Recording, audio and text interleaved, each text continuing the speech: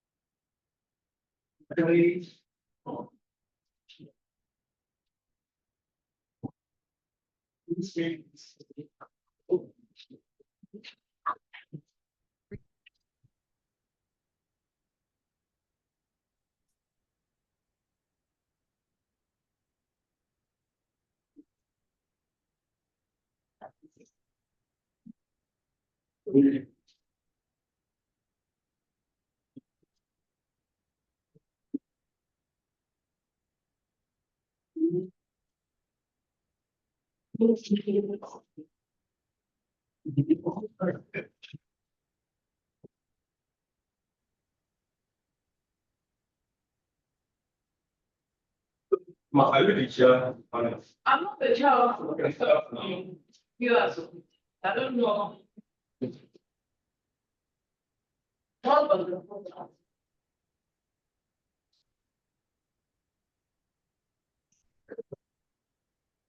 Share.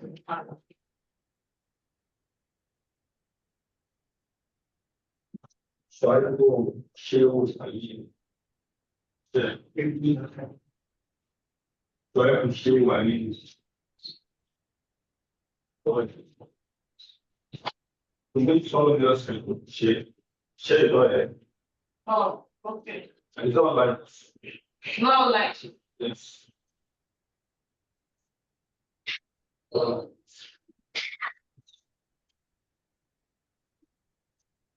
Okay. Should I start or something? Yeah, you can do it.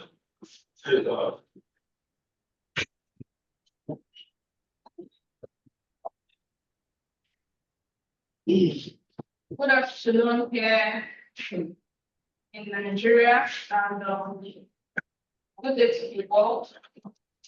My voice.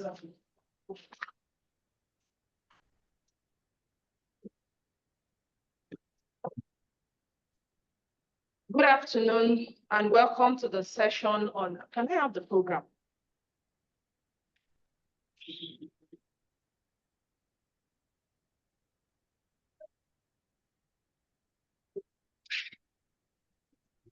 Okay, so good afternoon. Welcome to session 6A, author meets readers. This session will be considering Mathew Heaton's book on the pilgrimage from Nigeria to Mecca under Empire and Independence, written by Mathew Heaton. The book is published at the University of Manchester Press 2023, and Shuaibu Shehu Aliyu is supposed to chair, but we don't know, maybe he's going to join us online later. We have about 5 discussants here. We have Adeyemi Balogun from Osun State University. I don't think he's here. Adeyemi, okay, he's online. Okay, you're welcome. We have Ziyan Zeng from University of Florida. Hello. Yeah. Then we have Abdul Basit Kasim. Is he there? He's not. Then we have Maruf Mudashir from University of Ibadan. He's not online. Then hi, myself, Mutiat Oladejo from University of Ibadan, also here. The author I can see is also online. Hello, Matthew. Yeah. Hello, thank you. Okay. The book is available online as stated here. But for the purpose of this conference, we shall be reviewing the book and we'll try and move it around the world and see how the context of Hajj manifests in Nigeria, not only in Nigeria, because reading that book, it gave us an idea that Hajj is a global phenomenon, and it's part of the often not so focused theme in studying African history. So it's interesting to have read it, and I will start the panel by calling on Adeyemi Balogun. Hello, Adeyemi Balogun. Yes, I can hear you. Yeah, he is joining us online. And so we are starting with you. So you can go ahead, you have the floor.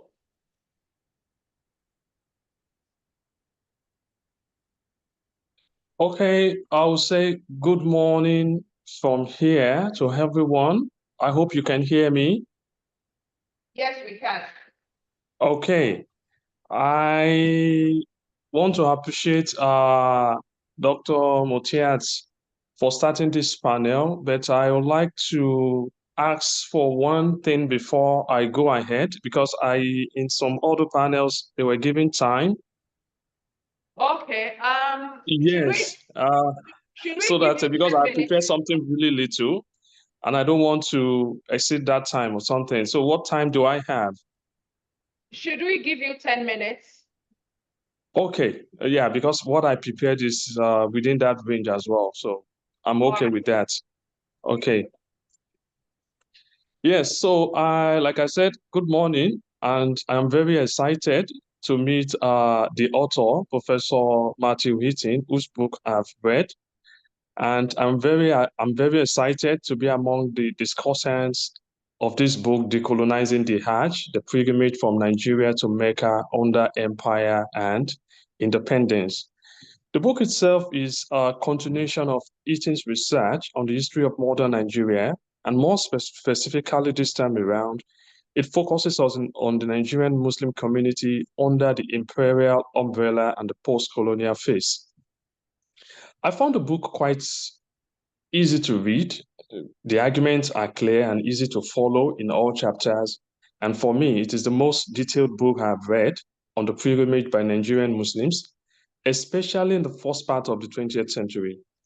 And what makes the book stand out for me is also the rich colonial document on which it relies.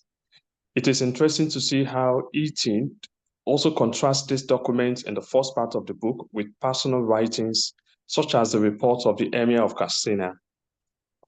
And the book is supplemented with secondary sources that showcase the argument of other scholars working in the field of Muslim pilgrimage in Africa and other parts of the world.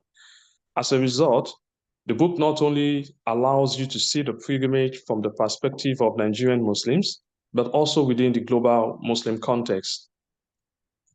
One of the key points of the book is that Muslims from what is now Nigeria have been undertaking the Hajj for centuries. And the Hajj is one of the fundamental pillars of Islam. However, most Muslims believe that their religion does not compel them to undertake it if they cannot afford it. Despite this condition, we see many Muslims devise different means to perform the Hajj, including saving a little to set out for Mecca and taking up jobs along the way to save enough and be able to complete the slow and arduous journey. So, in Eaton's first arguments, the British colonial administrators made little effort to intervene in the way the pilgrimage was organized. And for them, committing resources or managing such cultural affairs went against the principle of indirect rule, although they had security concerns about the pilgrims' motives and the development of Pan-Arabism around that time. Another key takeaway from the book is that the pilgrimage changed dramatically in the 20th century. What was once a life-altering journey undertaken slowly over years transformed into a shorter, safer trip characterized by round-trip plane rides. And Eaton's second argument in the book is that this transformation did not result from British colonial rule, but rather from the political and diplomatic context of decolonization. As new states emerged, they established immigration policies, and their nationalist leaders took keen interest in the well-being of their citizens during the Hajj exercise.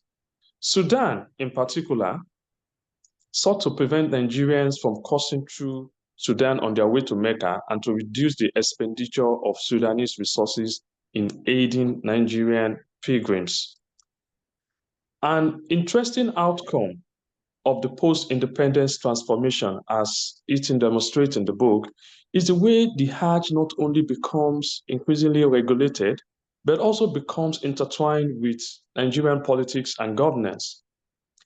This is the area that has captured my interest the most in the book because we see that development coming from the British administrators who previously paid little attention to the management of the Hajj and later getting involved to organize the Hajj of the Emir just to score political points.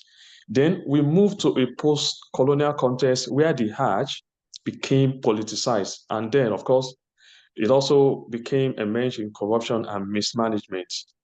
And so my first question for the author will stem from the political concerns of the British administrators.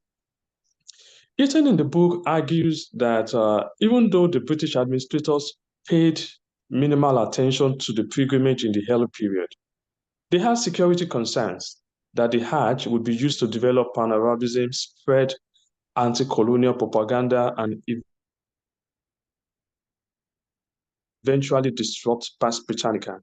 Now, I want to refer to a few studies, such as Salafism in Nigeria by Alex Thorstein and Usman Khan's Muslim Modernity, in which he talked about the Izala movements. Of course, I will only be talking about Thorstein. In the book, for instance, we come to realize that Muslim trips to places like Saudi Arabia and Sudan contributed to the development of Salafism and other forms of Islamic reform that later challenged the state in Nigeria. And of course, we are all familiar with the Boko Haram violence that emerged from that context. So given the discussion in these books, my question for the author is, how would you react to the fears of the British administrators about the Hajj?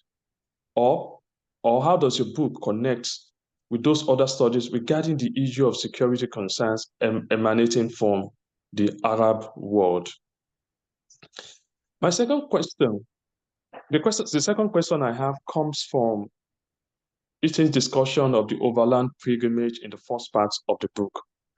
My interest in the history of Yoruba Muslims in southwest Nigeria keeps me curious about the connection or relationship between them and northern Nigerian Muslims who have so far gotten most attention in studies of Islam in Nigeria. And I want to believe that all pilgrims from northern Nigeria weren't just Hausa, Fulanis, or Kanuris during the overland journey to Hajj. So it is not clear to me from the account of the overland trip whether there are any other Muslim pilgrims, especially from southern Nigeria. And the question I have is whether there are Yoruba Muslims in the overland journey, and if they are, those who did make the journey, do we have their stories? Where did they come from, and what happened to them, and where did they end up? So that is it for me for the author. Thank you for listening.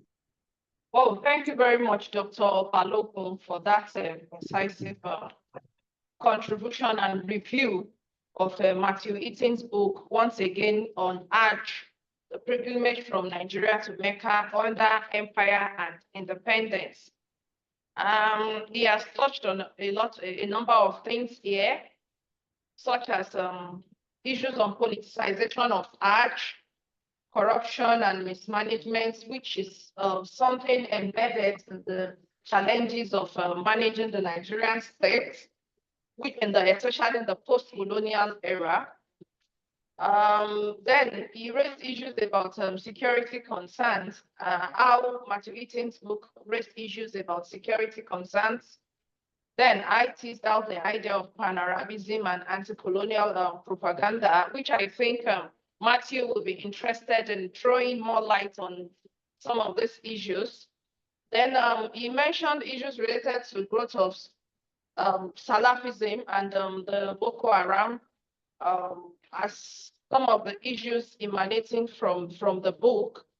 I find these things interesting, and even though I have my own point of view on them, but I wouldn't want to bring up my own point of view now. I want Mathew to say something on that.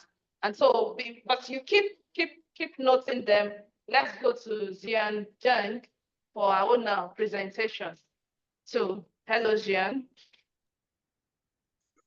Thank you, everyone. I'm very glad to be here. Good morning, everyone in Nigeria. Thank you, Professor Heaton, for writing such a wonderful book, and thank you for inviting me and having me here. Yeah, and also thank you, the host, Professor Oladejo, and also thank you, Dr. Balogun, for summarizing this book very nicely. So you took my, I also prepared a kind of very short summary of the book, but I think I don't need to, to repeat what you have said.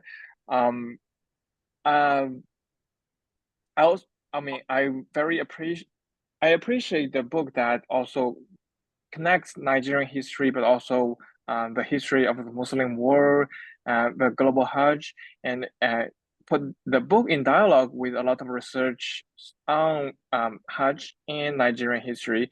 My question is kind of more like came from the book. So it was in book two, in the conclusion part of the book two, you mentioned the second Hajj of Muhammad Diko in 1933, right?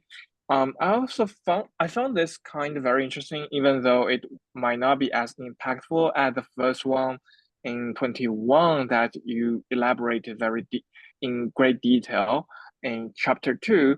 So I'm curious about the second Hajj he performed, and I was wondering if possible, could you please elaborate on that Hajj experience, and who did the British colonial administrators assist him during the second time?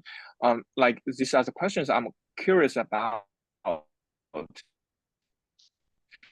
And also, correctly, he took a car to Sudan, which is kind of similar to the Hajj program scheme implemented or encouraged by the Nigerian colonial government mentioned in the following chapter. So I was wondering if his second Hajj was kind of in some way related to the Hajj scheme promoted by the Nigerian government in the 30s. Yeah, and also the second question is kind of related to Dr. Balogun's question about the Yoruba Muslims, their situation. I was also wondering how, like, the maybe put that into it's not really a critique, or it's more like from my own curiosity, that how do we like compare Nigerian Muslims during the colonial period or later on to other to Muslims in other countries such as Ghana or other French former French colonies. So that's a kind of question. I don't know if we have done research on that regard. So if possible, I would like to hear more about that those aspects as well. Yeah, thank you. Okay, thank you, Jean. I hope Matthew was able to pick from his presentation, and he'll talk about it. He was concerned about the emphasis in the role of the colonial government and on the issues of Hajj, even though the voice is breaking. But I think I can bring out that from his presentation. And I don't know if is there anybody online again? No one online. And we don't know if okay, Abdul Basit is not here. Maruf Mudashiru is not here. Definitely we have an audience here. I hope you can see them. We have a lot of scholars sitting here, and I know that they will definitely have questions for Matthew from some of the things we have said so far. But before we welcome questions, let me do my own review of the book before I open the floor for questions. The book has a focus on decolonization. And the subject of decolonization is a very complex and complicated one that we have been battling with over time as to give it a definition and give it meaning within the African context. But then it is good that Mathew Heaton came up with this book to give us a clarity about how the Hajj was decolonized in the Nigerian context. Now, my own concerns, before I got to my concerns though, there is a narrative that caught my attention in the book. And that narrative goes that in his field work, he came up with narratives of two people, one Haji Arabia and Alhaji Umar. If we understand the geography of Nigeria, especially in the northern part of Nigeria, you realize that it has a lot of affinity and connection with North Africa through the trans-Saharan trade route up to the Arab world. And so that connection is very interesting, as we know that in basic historical class. But then here, Mathew Heaton's work on Hajj has given us an idea of what the life experience of people who are trying to move along the trans-Saharan trade routes for Hajj, their encounters over time.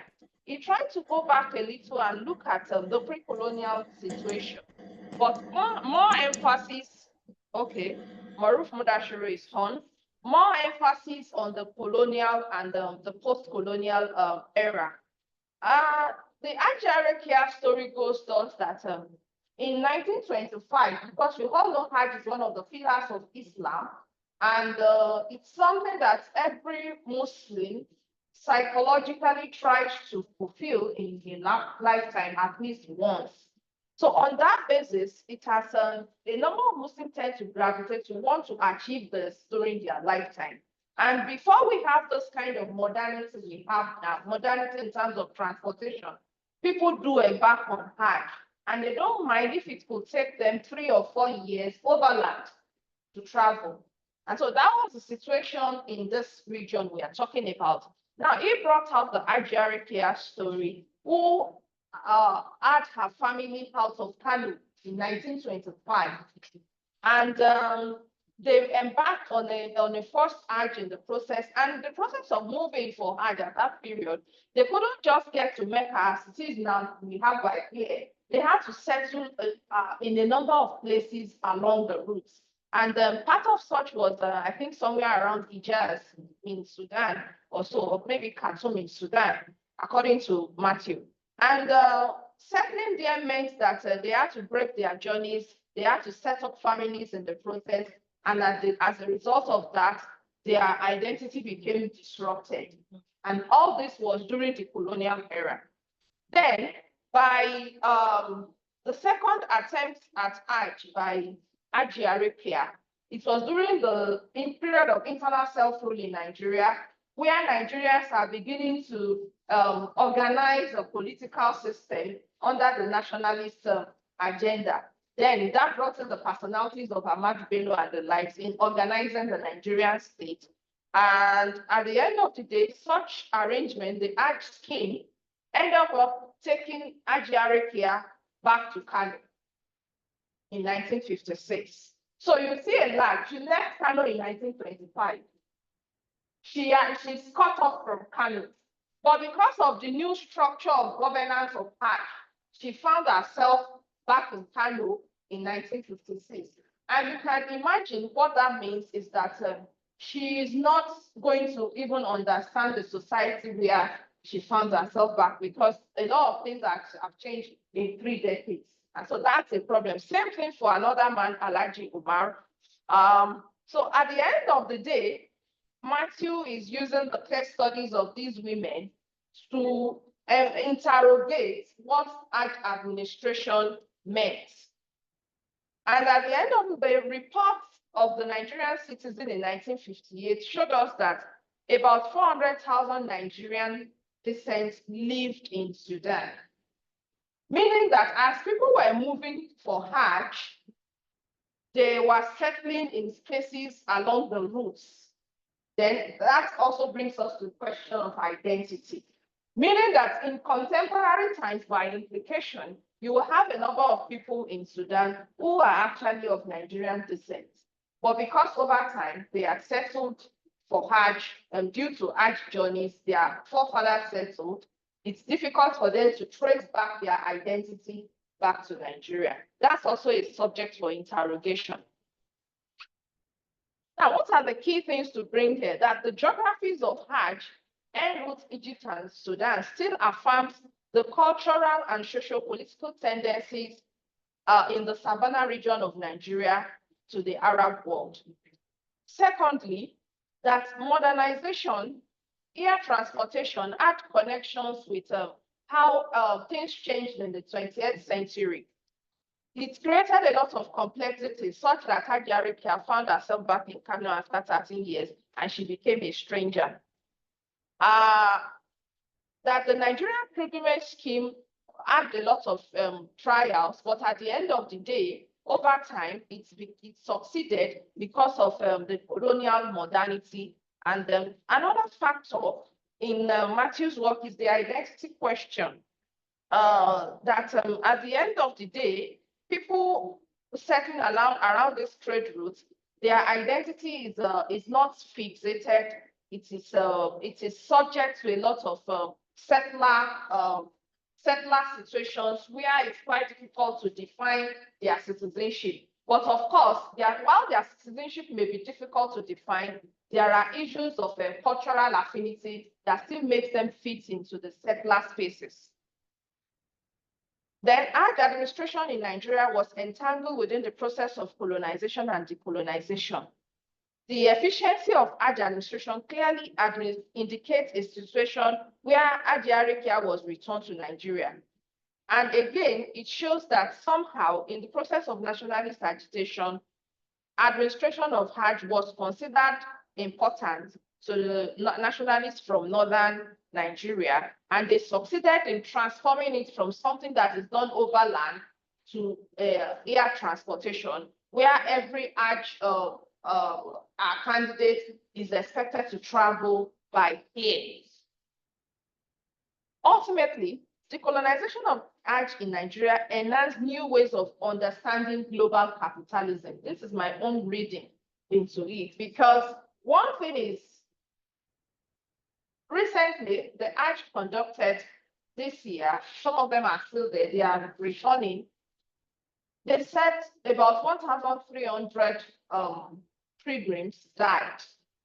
And of this 1,300, 600 were people who came without documents, who tried to probably honor or avoid the legal procedures, and at the end of the day, they couldn't be protected in certain ways, so they got into, they had to pass through the ash routes that the weather affected them, and they were affected by the heat in Saudi Arabia at this time.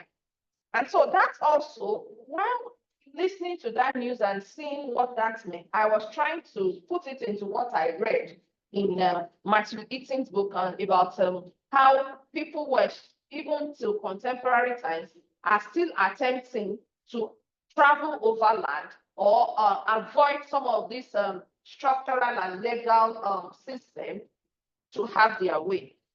And of course, to my own personal interrogation of some issues in Muslimness, I see a lot of economic issues. I'm able to tease out a lot of economic issues in Mathew Heaton's book. And so at this point, I hope Mathew has been able to tease out some things from my own view of his book. And then we have a fourth presenter, is online, Dr. Maruf Mudashir from University of Ibadan. And so you have the floor to give us your view about Mathew Heaton's book.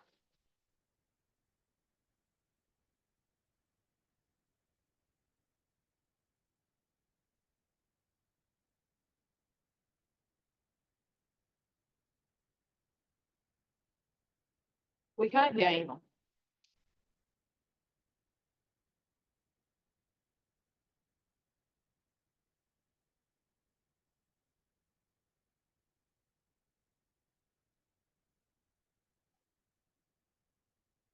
I think you are muted. I think he has muted his screen. Yeah. Okay, is there a way you can tell him to unmute? I think he can unmute himself.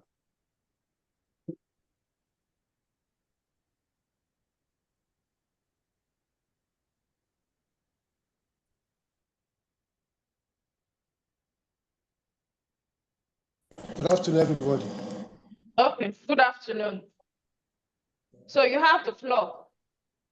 All right, thanks so much for the honor to be part of this panel.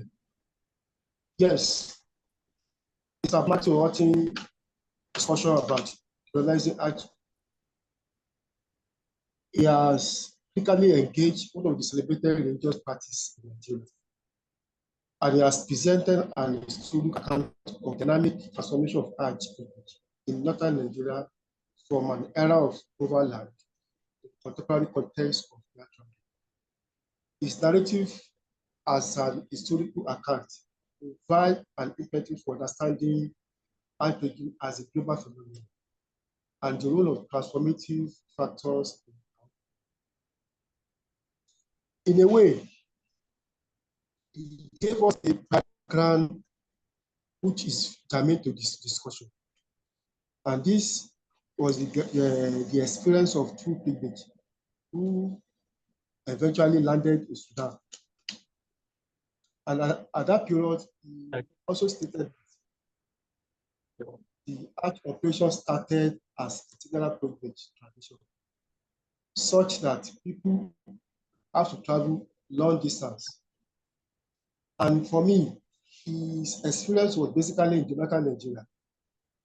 But in the other parts of Nigeria, like the Southwest, we also have people that have similar experience, that have to travel for many years because they want to conduct Hajj, of course, as a religious obligation. So his narrative was basically about the northern Nigeria. He also tried to establish a link between the trial and tribulation of the overland travel during that period, especially with the colonial and colonial era, and the link between Nigeria and the Republic of Sudan. The author's narrative and account explain in detail how religious beliefs and practices such as Hajj operation connect Nigeria with the global community as one woman. In all the chapters of this book, Mathew was able to treat history, religion, colonialism, and culture as a sort of everyday life and as enterprise that continue to thrive in contemporary Nigeria and beyond. We also offer an analytic framework of how people as interaction can take place among new actors, which he described as endless engagement. Furthermore, the author shed light on the part played by European powers and the Nigerian nationalists in the administration and management of Hajj pilgrims affairs in Nigeria. In other words, he described it as a product of changing political landscape, both in Nigeria and the global landscape. Specifically, the theme of this book is no doubt offer a deep insight into the struggle over the organization and management of Nigeria Hajj pilgrims to the Holy Land in Saudi Arabia than the most previous one. The presence of historical narrative and evidence confirm the validity of his argument directly, and it was further supported by informal statements and propositions. As a result, the book focused on the complex interaction of changing dynamics of pilgrim management and institutional Nigeria. That was later create efficient and effective Hajj preparation for Muslims in Nigeria. As a matter of fact, it provides profound background on the activity of the top most Nigerian nationalists in the context of the organization. Like Dr. Mathew has earlier said, the number of pilgrims to Saudi Arabia continue to increase tremendously, especially with the transformation apparatus through the transportation and other technologies. Around 1950 and 60, the number of pilgrims was like less than 1 million. But going by this last record of this year Hajj, it shows clearly that 1.8 million Muslims converge for this year exercise. And out of this number, about 1.5 million travel through the year. about 6,000 travel by border crossing, and 4,700 travel by sea. That shows a tremendous transformation from the overland and to the air travel as we have it today. Also, the part of modernity or modernization, as he claimed, is that the number of female to male proportion has also increased. From this year Hajj exercise, the percentage of male to female almost closer. Also, we have 950,000 male, and we have 875,000 female. We have more from African, North African, like Europe and Asia, not Arabs. This was the sources from the Saudi Arabia Authority. This increment was made possible because of the transition to the air travel, which made the experience of Hajj of pilgrims to be more efficient and effective.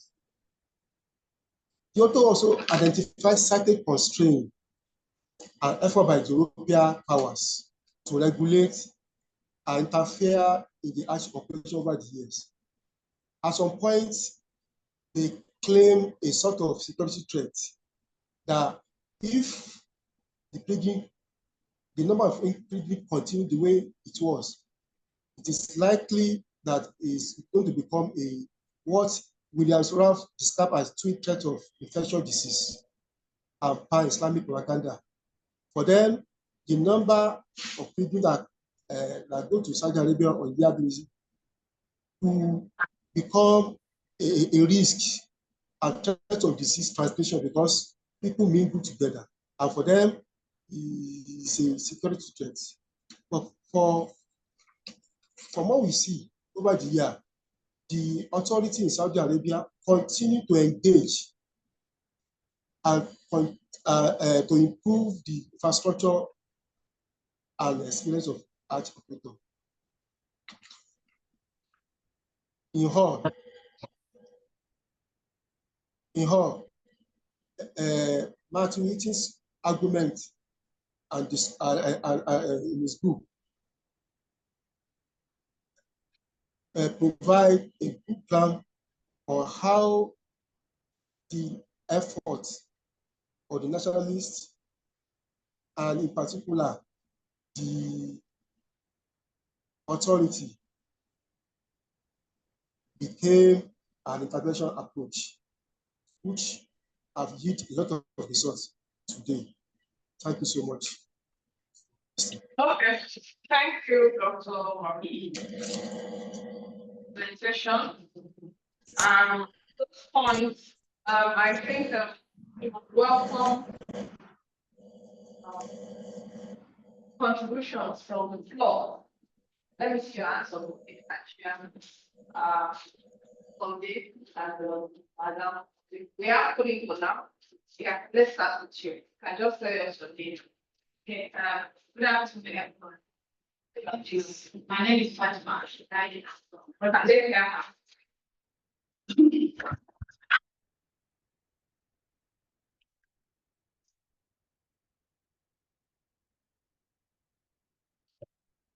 My name is Fatima Abdullahi. I'm from Umar Musar Adwa University, Katsina.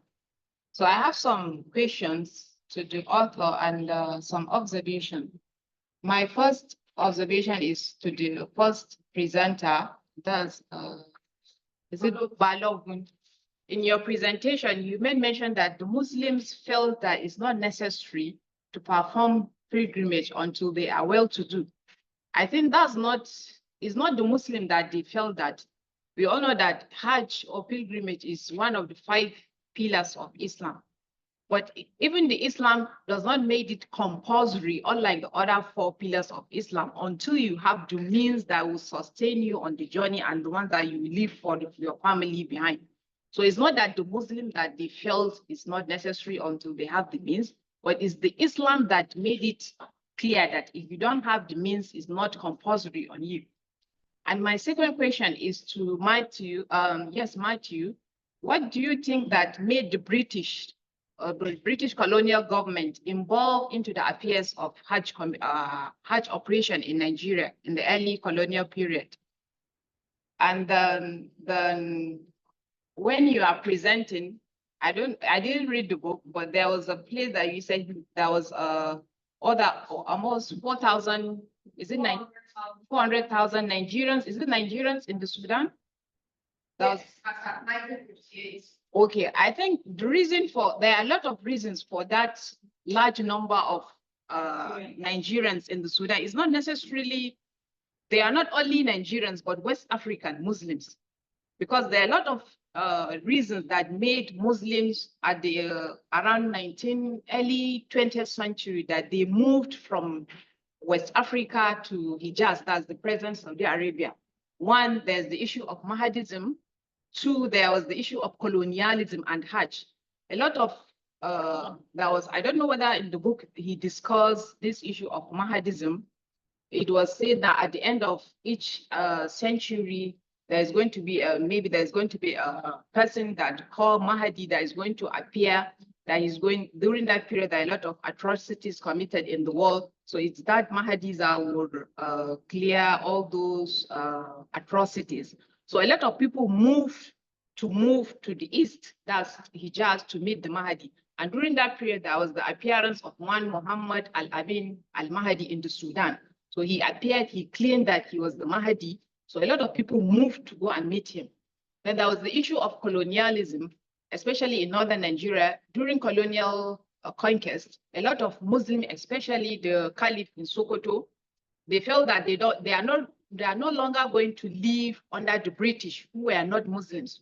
So large number, thousands of people together with the Caliph, they moved, they took a journey trying to move to the east.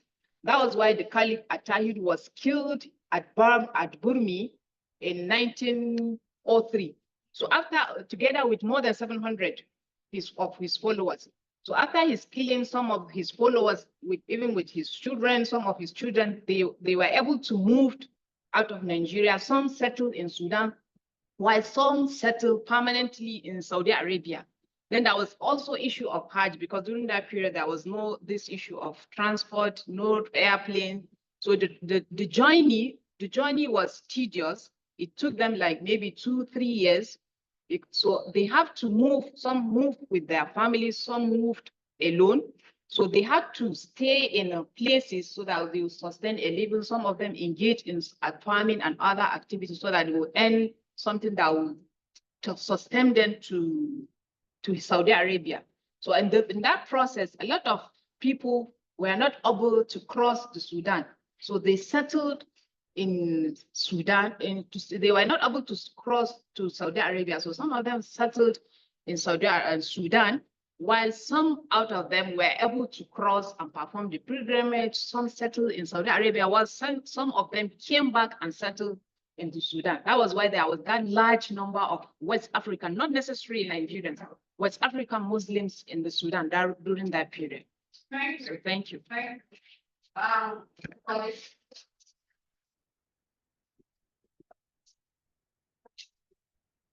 Thank you very much for the presentations. I find the topic very interesting because I worked on it for my master's dissertation, Islamic pilgrimage control in colonial Nigeria, 1932 to 1955, where I interrogated the case of destitution, slavery in the Hijaz, class struggles, subject relations with the colonial masters, and what have you. But then my scope of interrogation did not touch into Nigeria's independence. So my first question is to Professor Heaton, and that would be that at what point did the Nigerian pilgrimage transited from a British regulated exercise to a properly Nigerianized concept? And then I want to add to the conversation Ajia made just now, that some Nigerians moved as a result of persecution. In the case of Atahiru one, some of his children were dispersed across northern Nigeria, such that there came the emergence of malcontent. This malcontent were sending letters through pilgrims to themselves across the Trans-Saharan route to see how they can dispose of British occupation of Nigeria. And I must say very well to Professor Mathew Heaton. Your work was very, very beautiful, and it helped me also in my dissertation. So thank you very much for such an academic contribution. Thank you, sir.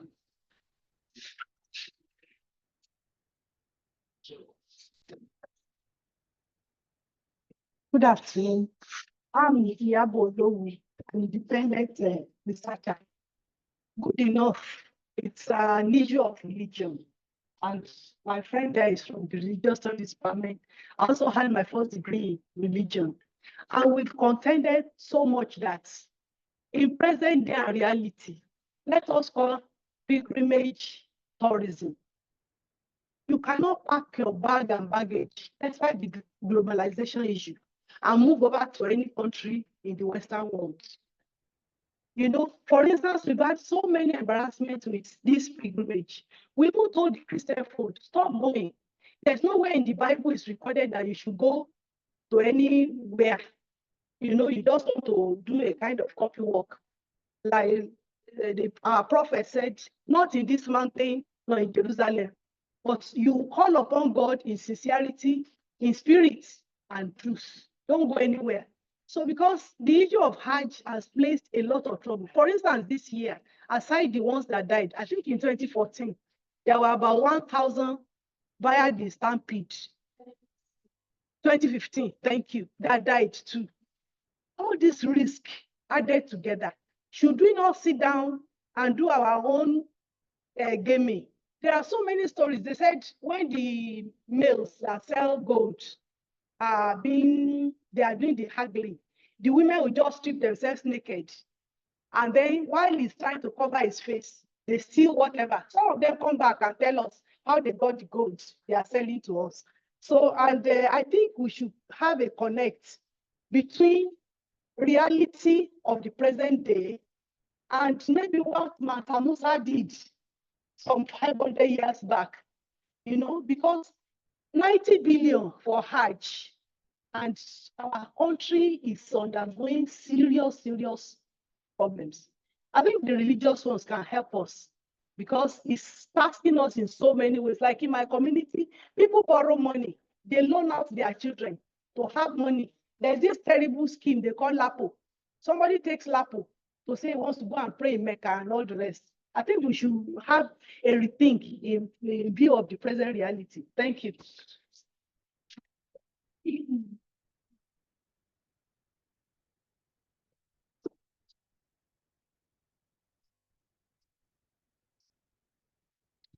Thank you. I want to actually ask, Madam had also asked, it's a very funny question, but for some of us, I really want to be taught this afternoon how it is that I profess a faith and I want to go on Hajj, and then I'll now rely on the state to fund my pilgrimage. I think there's a contradiction there. I think both for Christians and Muslims, anyone who wants to worship God should finance his or her travels and not rely on the state government to fund such things. Because when you hear of such things, of billions of naira being spent on people going on Hajj, and then you find a situation whereby, for instance, where I am, there's a particular road, in fact, major road that has been there for 17 years. And you see the same pothole.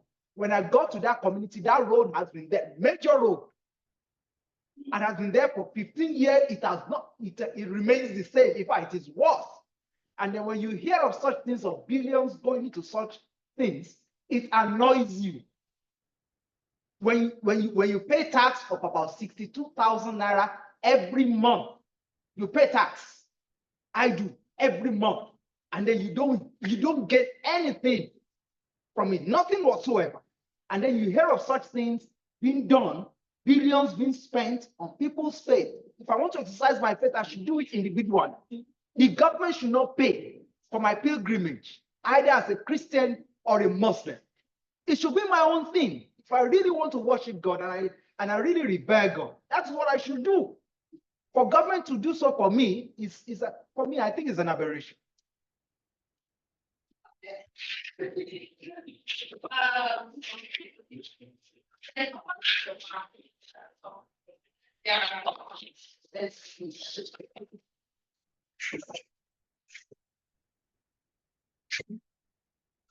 Yes, good afternoon, everyone. Yeah, this topic is, though I didn't read the book, but I could get a glimpse of it. I think the issue of migrating or embarking on Hajj has become a politicized adventure or a program, so to say, for both Muslim and Christians. And I know from the little I know about Islam, of course, in the Bible for Christians, it's not written anywhere that if you don't go to Jerusalem or wherever, you are not going to make heaven. It's not written anywhere. So people just go there because they want a JP to come after their names when they come back to Nigeria, you know. But I know that for Muslims, it is one of the 5 pillars of Islam. But despite that, I don't think that religion compel anybody to go to Hajj, you know, depending on other people to finance you. So that's why I feel that the government also may want to use that as a political tactics to get people into their government, sponsoring people. I don't think there's a reward for any government that does that. Now, coming to the book, from the gist of the book you gave, I was wondering when those people were migrating, you know, between the 20s and you said at one point they settled in Sudan, you know, and all that. So I was wondering, did they get to Mecca? Did they get to Mecca? Okay, so they now went back to Kano. They went back to Sudan. Normally, because they go overland, they tend to go back to Sudan. But with the modernization of transportation, their transportation and the programming, governance programming of Hajj, that one just mistakenly, since they said they were taking them, she just entered, not knowing that they were not going to Sudan. Ooh. Because she's a Nigerian citizen, they took her to Nigeria. Okay. And that's a problem because now that starts educating on how to take her back to Sudan because she has left Nigeria for 30 years. All right. So from what Ajia said, yeah, it is clear that some Nigerians settled in Sudan. Now, are there implications of those their settlement as Nigerian indigenes? I mean, their identity constructions as I will not say sojourners now, as people who have stayed in Sudan. What are their identity construction at that point? Do they now nationalize as Sudanese? And what implication does this have to the Muslim community in Nigeria at that point? Thank you very much. Very free. To say something to this true speaker and her question that she asked. Very okay. Those people, even in Saudi Arabia, you see Black people that they are originally their maybe great grandfathers were from Nigeria, but presently they are citizens of Saudi Arabia. The same thing with Sudan. I think the last Umar al-Bashir, his descendants, his great grandfathers were from Nigeria, the former president of Sudan. And for these two speakers, I think maybe you misunderstood the Hajj operations in Nigeria. There is nobody, no government is sponsoring any pilgrim. Wait, let me finish. Like this year, they paid more than 8 million per pilgrim to Saudi Arabia. So people sponsored themselves. It's the corruption within Nigerian government and Nigerian Hajj Commission that they are using people's money and Nigerian government's money to sponsor politicians, their relatives, and the rest. But the rest of the people paid their fees individually. So there is nobody, no government is sponsoring anybody except those there are maybe politicians and the rest. But there's Nigerian government is not being used to sponsor Nigerian pilgrims. That's not the case. And when she was saying that, why is it that they must? Yes, you know, in Islam, in your religion, you cannot force somebody to abandon one of the, maybe what they believe or one of the pillars of Islam. Pilgrimage is a pillar in Islam, and even in Islam, is the only pillar that was not compulsory.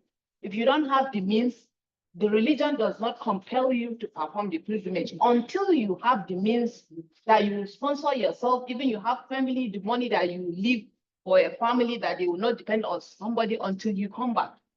So there is no government that is sponsoring pilgrims. It's just that the corruption within Nigerian government and the Nigerian Hajj Commission.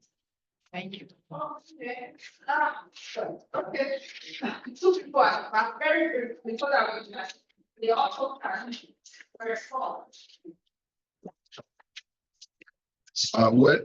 Just want to respond to what Agi has just said. As far as I know it has some political undertone. I'm aware of the fact that some religious leaders are being sponsored and being paid for. It's just a way of buying them so that they can gain support. I'm conscious of the fact that there are some Christian leaders that I know, and the same thing goes for the religious leader. So there is no way we can excuse the fact that government doesn't sponsor. It has some political undertone. All right, thank you very much. I want to deviate a little from the contemporary narrative. And I would say that whatever we see now, as far as the Hajj is concerned, was inherited from the colonial structure of the Hajj government structure in Nigeria. I say, for instance, when pilgrims felt destitute in the Hajj, the colonial government felt like to protect our image among the committee of colonial government in Europe, it was necessary for them to see to how they can bring these pilgrims back to Nigeria. And so they started by asking their families to pay for their repatriation. And then later they started with also aiding from the native authorities and fund to aid destitute pilgrims back to Nigeria. And I think this structure was what was inherited at independence. The same thing happened with the policing structure also. So it is more like, the contemporary problems were inherited from the colonial structure. And one of the problems that was even created at that point, like my mom was saying the other time, the colonial government was trying to solve a social problems externally, but they were creating more problems internally by creating the form of township. So the thing is, some families were traditional adherent, and perhaps there's one child who just wants to follow Islam, and then the child goes to Mecca without the permission of the parents, and then forced destitute over there. Then the colonial government, communicates with the family to say your child is destitute in the Hijaz. You have to bring them back, and they don't have money. So how do we do it? I'll give one of our relatives to a rich man who will give me money to pay to the colonial government to bring them back. So you just see that it is just a recurrence of colonial narrative entirely that is resounding itself as a resurgence in our contemporary history. Thank you. Thank you very much. And I can see that the author has so much to respond to. I would have said something on what Professor Decker and Dr. Edo talked about, but to a certain extent, Fatima has responded to it, and the uncle at the back there, considering the fact that there is no way we can run away from the fact that Hajj in Nigeria has a lot of political undertone. But while we are trying to see, and we can see that it has political undertone, we must also not forget the fact that truly individual Muslims in Nigeria, a larger number of individual Muslims actually fund their trade. In each state, from southwest in Nigeria, for example, at least each state has about 1,000 what am I talking about? Yeah, about 1,000 pilgrims going on Hajj averagely annually. Meaning, and most of those pilgrims, about 80% of them are individually funded. And even some even go through private agencies. These are individually funded. But that does not remove the fact that the remaining 10% are funded by the state. And we all know how our politicians are thinking. They are not thinking like we are thinking. Their calculations are different from our own calculations. Their own calculation is the religious leaders, they have a slot. Politicians' family, the wives, the children, they have a slot. Now, people who have helped them in winning elections, who did the errand work for them, have a slot. So this slot we can say it constitutes like maybe, I can't don't even put a number, but I know they are not as much as the individuals sponsoring the pilgrim for themselves. So we must be careful in trying to say, oh, the government is sponsoring. Yes, the government is sponsoring, and it is not good enough. I agree, because it shouldn't be, state funds should not be channeled to such things for a no reason basis. But then the politicians are not thinking like we are thinking, because there is already a disconnect generally beyond Hajj. There is a disconnect between governance and the citizens in Nigeria. And so on that basis, let me just defer to the author to give his response to all we have said all the while. Matthew, you have the floor. Thanks so much. Can you hear me?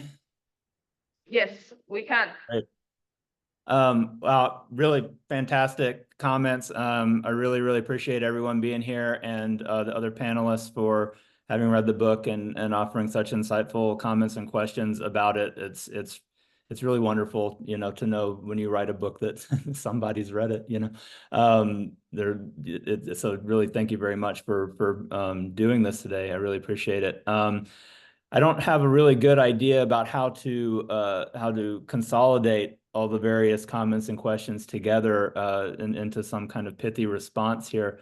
But I do want to point out just at the outset here that I think so much of the conversation that has happened in the last hour or so is really kind of a reflection of the issues that I'm writing in the book. Like the book is really, it's a historical account, right? So I don't spend a very much time talking about contemporary issues at all in it. Most of the analysis ends in the early 1960s. But that really is kind of the point of the book, is sort of demonstrating how things developed and changed so that we have the politicization of pilgrimage processes in Nigeria that everyone was speaking about here today. My key argument in the book is really that so much of that politicization actually happens in the context of decolonization and the emergence of Nigeria as an independent state. Obviously, there are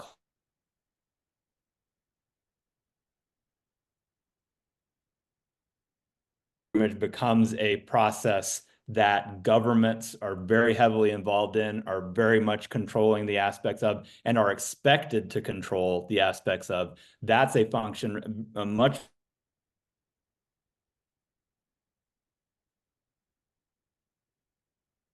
before it. So I don't know who was speaking towards the end here, talking about the colonial mentality of forcing repatriations back from Sudan to Nigeria. Some of that was happening in the colonial period, but it was frequently and mostly happening because pressure was being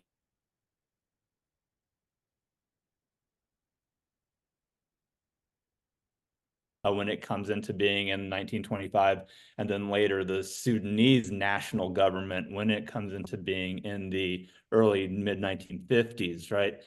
So in a lot of instances, colonial government of the pilgrimage in the Nigerian context, it becomes a much more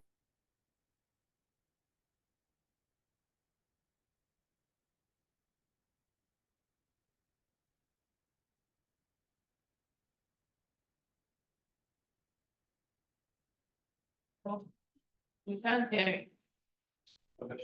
Okay, from his end.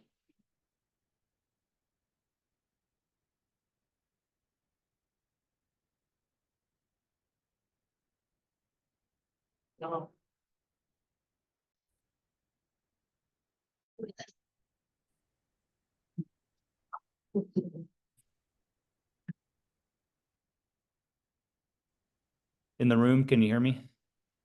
We can hear you now. Okay, great. Okay. Yeah, addressing Dr. Balogun's question about security concerns, yeah, those are real. And someone in the audience was remarking about the way that information was being transmitted along the Savannah routes, right? And some of this was connected to Mahadism and millenarian movements that were happening in Sudan at the time. And there were definitely examples, I forget the emir's name, but in Hadijia, right, where he was, fomenting an insurrection on the basis of having developed a relationship with Abd al-Rahman, and he was going to overthrow the absolutely happen. And then, right, one of the first chapter of the book is that the way that the British officials started to conceptualize the pilgrimage and was that it was kind of, right, that this was Nigerian subject leadership that now connecting that to more contemporary or more recent developments with Salafism and Izala. I don't know how to make a direct connection to that because so much of that in the colonial context was really emanating from Sudan and being concerned about events that were happening there. Some of it was coming from Arabia, but a lot of it was really coming out of Sudan, whereas the more recent developments, I think, are much more concerned with direct Saudi relationships that emerge, again, much more strongly in the context of decolonization through the relationship building that Amadou Bello does, for example, right, in the Hijaz and in Saudi Arabia.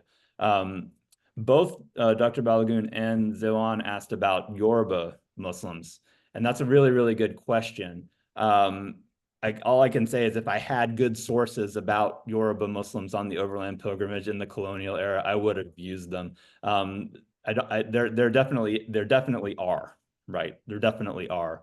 But there's not really good documentation in the source bases that I was working with talking about Muslims from the Southwest. And the process by which they would have gone overland would have been pretty similar from the perspective of the colonial government. They would have been aggregated, I think, within the larger, movement of people out of northern Nigeria. Making sort of ethnic or regional distinctions wasn't a particular concern of the government at the time, and so that didn't really happen. That would be a great thing for people to research, and I think there are people who are researching the pilgrimage in southwestern Nigeria specifically, and so I'll be looking forward to seeing publications that come out about that. But I don't have a whole lot in the materials that I was working with. It does connect to another one of the questions that came up.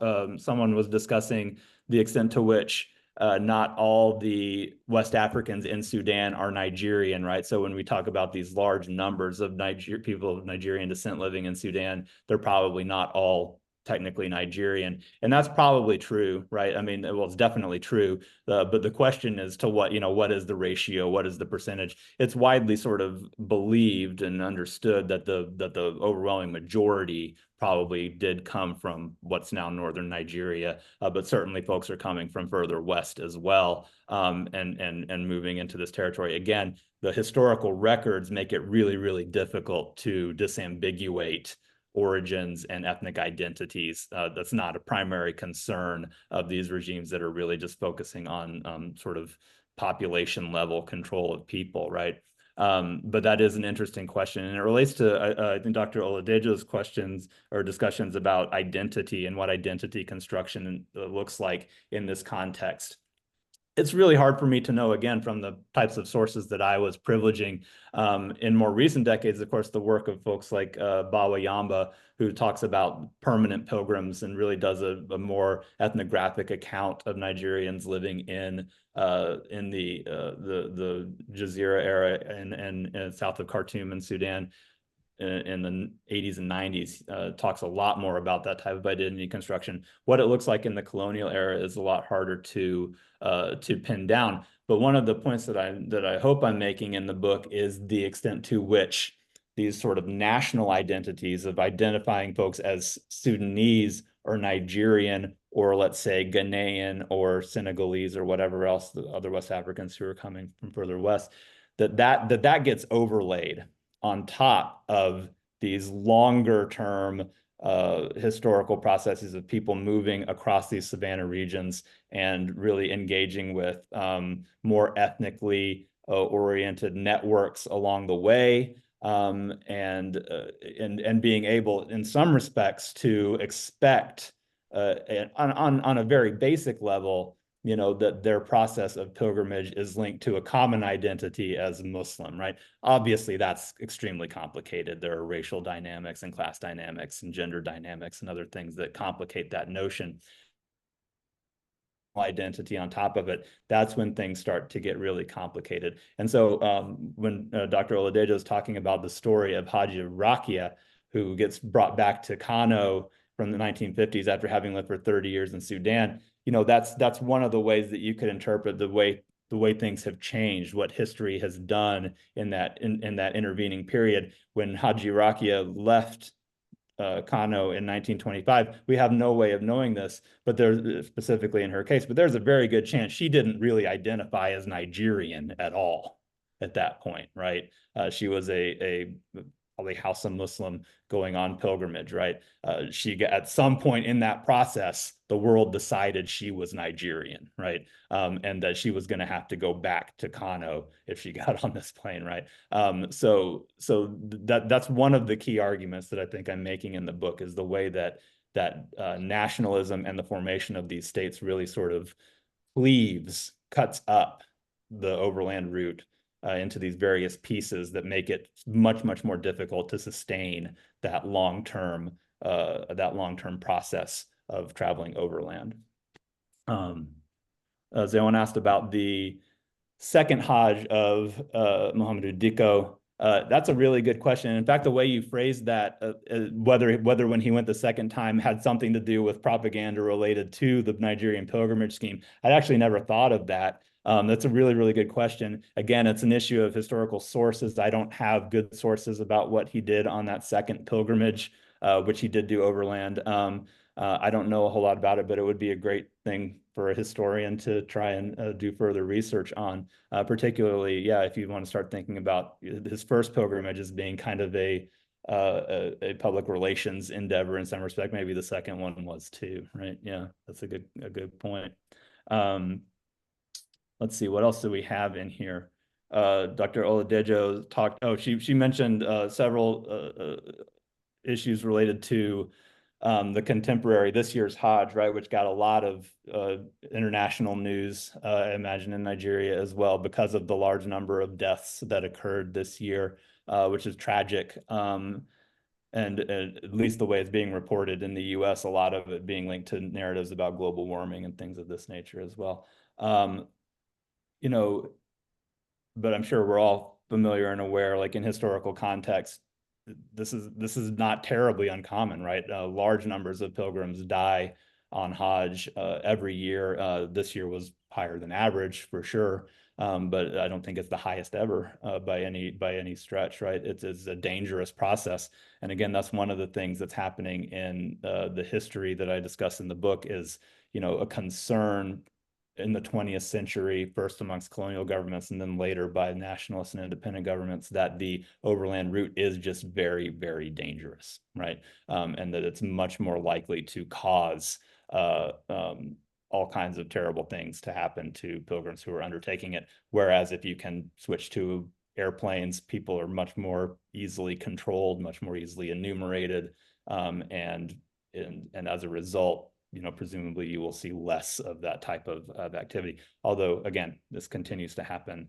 in all kinds of different ways, not just heat exposure, but, you know, we're probably all familiar with stories of people being crushed to death during the stoning Mina, and then they, you know, there was an example, I don't remember if I talked about this in the book, but one year, I think it was in the 70s sometime, several dozen Nigerians died on Hajj because they contracted infectious disease. I think it was cholera, from having been housed too close to like an open sewer or something to this effect. And it was a huge outcry not just because the people died, but because of the conditions that they were sort of being forced to experience while they were on Hajj relative to other groups of pilgrims, right? So death on the Hajj has always been a part of the story. And in fact, a number of the archival materials that I have, and I know I didn't use these extensively, but there's a lot of correspondence then about what needs to be done with the property of deceased pilgrims after they pass in the Hijaz. How does that property get handled? How does it get returned? Who does it go to? Those types of things. There's a whole bureaucracy for that emerges. Okay, so now I can get into some of the audience questions. Stop me if we're running out of time or if we need to do anything else. Sorry, I didn't catch all the names of the folks who were talking in the audience, and I didn't see most of you. The camera wasn't turned toward you. But the first speaker asked the question of why did the British get involved in Hajj management? And that's really kind of what the first half of the book is about. You know, there's sort of an implicit idea that the British really wanted to have significant control over the movement of people. And what I found in the historical documentation is that's not really the case, right? Like in some respects, the British would have rather not had to deal with this at all, right? Like they're running a shoestring government, they don't really care. But the movement of people has significant implications for the British colonial project. So they are kind of forced to get involved in this, and for a couple of reasons. One is because, as we talked a little bit about earlier, right, the movement of large borders has indirect rule processes. Who comes under whose control? How do you collect taxes from people that are moving all the time? Are people crossing the borders to avoid paying their taxes, right? Are they going to get involved in other sort of political movements that could be a threat to the colonial regime? So that's very much part of the story. In terms of how the British ultimately end up getting involved in some kind of direct management of the pilgrimage, a lot of that, from my findings, were actually economic, right? They realized in some respects that the migrant population moving across the savannas on Hajj, that's a really significant labor force that the British colonial project could utilize. And so what they do is they direct a lot of that labor to their agricultural schemes in the Sudan, right? Now, this is work that pilgrims, migrant pilgrims have been doing for a very, very long. The British aren't doing anything really revolutionary here. They're just sort of redirecting existing structures to their benefit in these processes. And this is how you start to get the large numbers of Nigerian in Sudan for long periods of time, because there is effectively an infrastructure there that they can tap into and work and live and all of these other things. So the economic motivation is really pretty significant for the British ultimately in how they organize the pilgrimage across the savannas. Let's see, what else came up in here?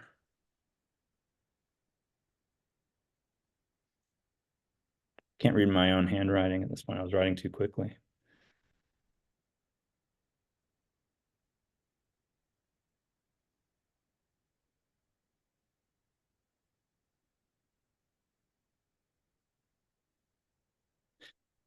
Oh, yeah. Someone had asked about what happens to Nigerians in Sudan. Do they become naturalized? These types of things, right?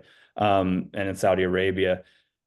So my work ends in the 1960s. I don't know the details of immigration law that happened after that point in Sudan, but this is another issue that gets very much involved in the politics of anti-colonial nationalism, decolonization, independence in countries. Both in Saudi Arabia and in Sudan in the 1950s, naturalization laws are enacted that do technically make it possible for Nigerians to claim Saudi or Sudanese citizenship, but the bar is really, really high, right? It's extremely difficult to meet all the qualifications and to prove all of the qualifications. So, for example, the naturalization law passed in Sudan in the 1950s says something to the effect of you can claim Sudanese citizenship if you can demonstrate that you had a male relative in Sudan before 1897. Most of the Nigerians probably did have some some relative in the past, but how straight the citizenship.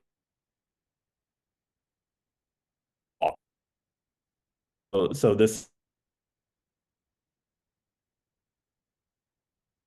these independent states are really much more interested in sort of delineating natives from immigrants or from migrants in ways that were not done significantly under colonial regimes, right?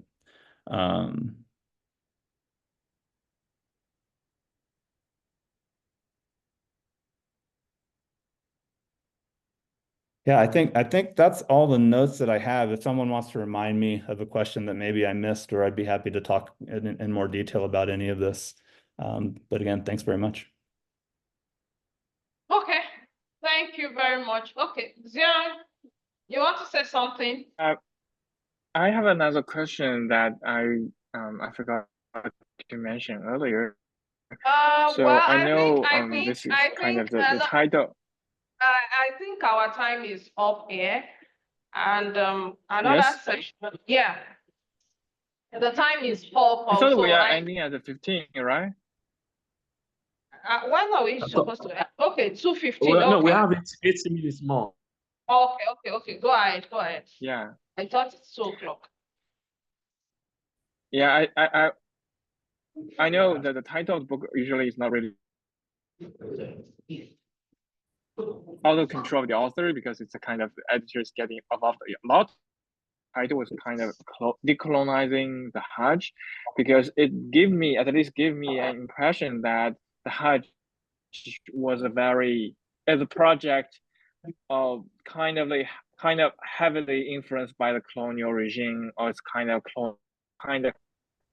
why like decolonizing became necessary, but it was the opposite, that the colonial government had very little or had minimum effect on the colonial overland routes, Hajj routes.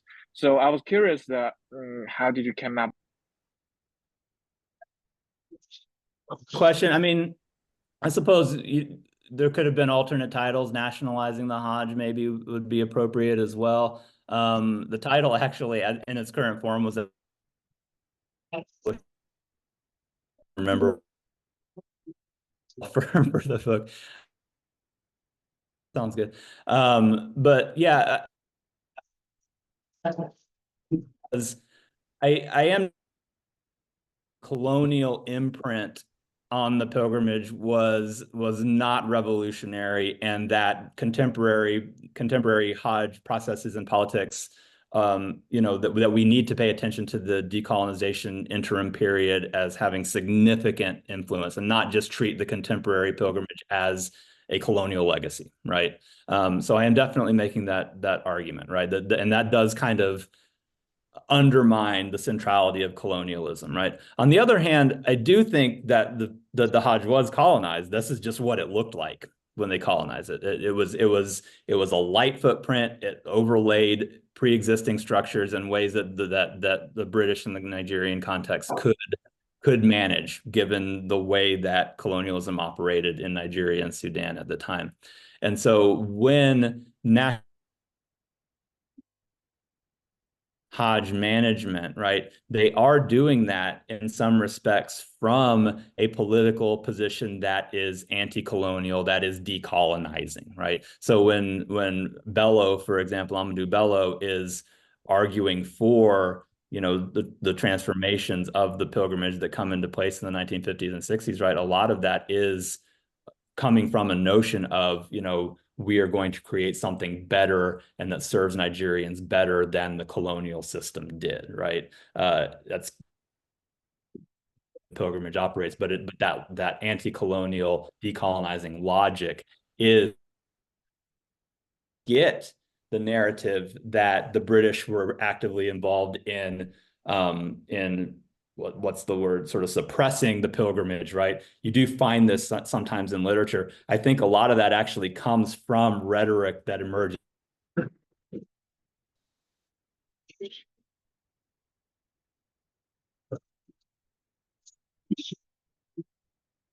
to do, right? So that's sort of an answer to your question, but it is a very good question. Like, what does it mean to decolonize something that I'm arguing wasn't, heavily colonized or not colonized in a sort of stereotypical sense, right? Mhm. Yeah.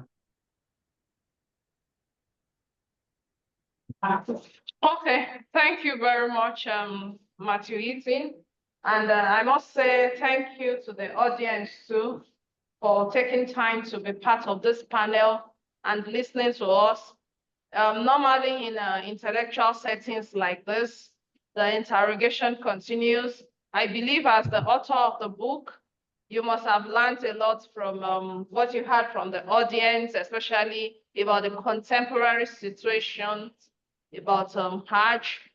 And then from the reviews, you must have seen a lot of perspectives about the directions of thoughts, intellectual thoughts about your book.